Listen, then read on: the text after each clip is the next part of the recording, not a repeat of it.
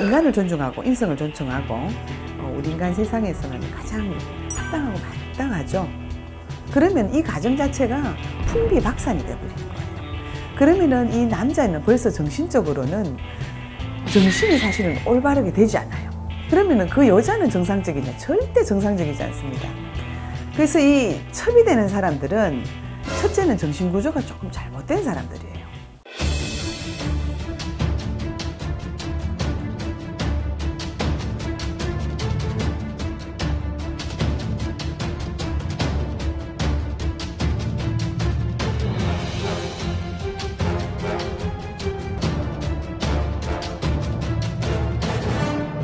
글문도사 세암영신당에게 상담을 받으시는 분들에게는 부적의 효험과 같은 가훈을 무료로 적어드리고 있습니다.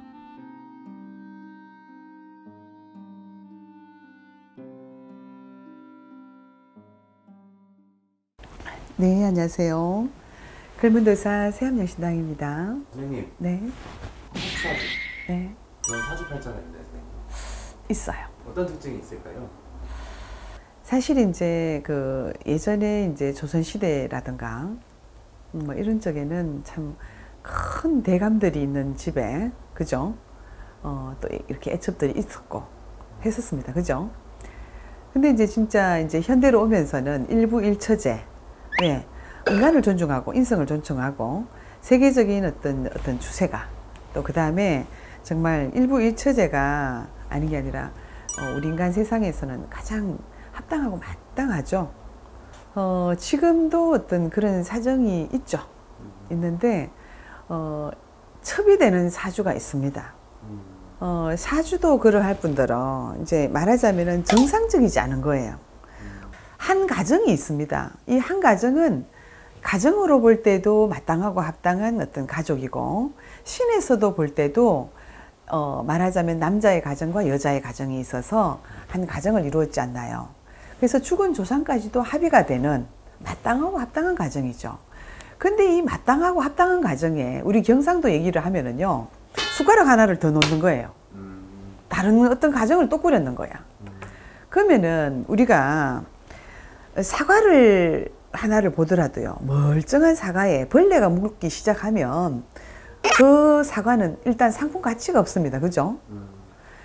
하물며 그러한 먹는 음식도 그러한데 우리 가정이라는 하는 곳에는 가족이 있고 자라는 아이들이 있고 또 음양의 조화에 있는 어떤 부부가 있고 그 부부를 통해서 우리 또 자녀들은 아버지 어머니를 보면서 자라납니다.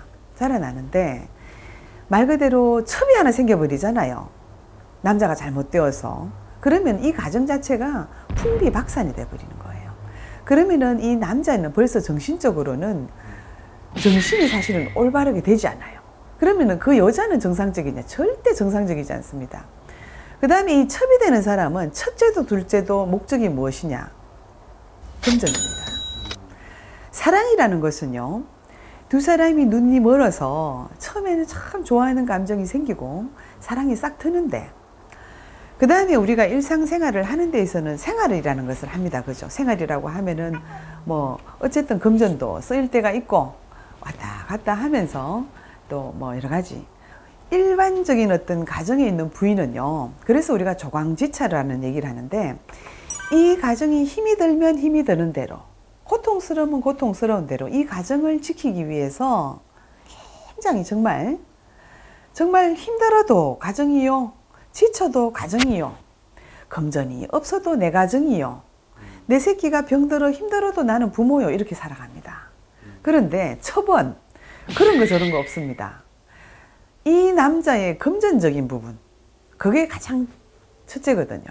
그래서 이 첩이 되는 사람들은 첫째는 정신구조가 조금 잘못된 사람들이에요. 한 가정에 엄청난 해를 입히는 어떤 그런 사정이다 보니까 사주 자체에 자라면서부터 그런 어떤 것을 잘못 어떻게 살아오면서 어떤 그런 것도 있고, 그 다음에 부모 중에서 아니면 조상 중에서 첩이었던 사람, 그죠? 윗대의 조상 중에서 여자를 너무 많이 거느렸던 사람 있잖아요. 그런 중에 자손 중에 그런 씨가 와버려요.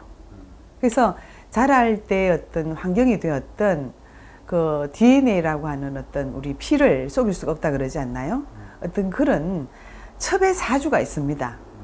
그래서 정상적이지 않는 어떤 범주의 가정이기 때문에 사실은 사회적으로 또 어떠한 한 가정으로 본다면 굉장히 참 불행이죠. 네.